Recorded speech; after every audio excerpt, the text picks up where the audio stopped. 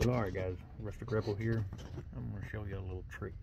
Working on a 2003 Tundra with a 4.7 liter V8. We're changing spark plugs and the boots on the coils. Now there's a spring in the coil you have to replace. And I found the perfect tool for that job so you don't destroy the new spring going in. Let's see if I can show you how this is done.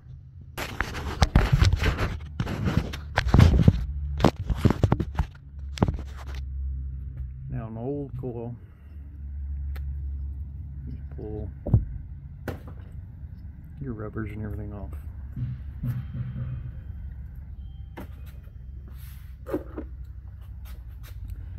That spring right there,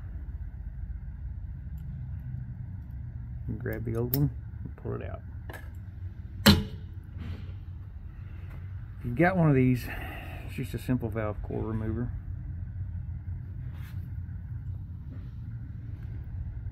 The spring, the fat end of the spring, goes down inside the cup. And that little valve core remover goes right around there.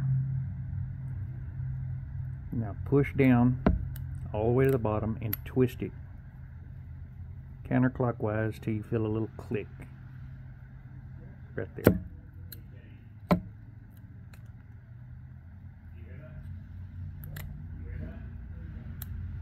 There's that click, and now's your spring. Once that's done, you can go ahead and put your new rubbers on.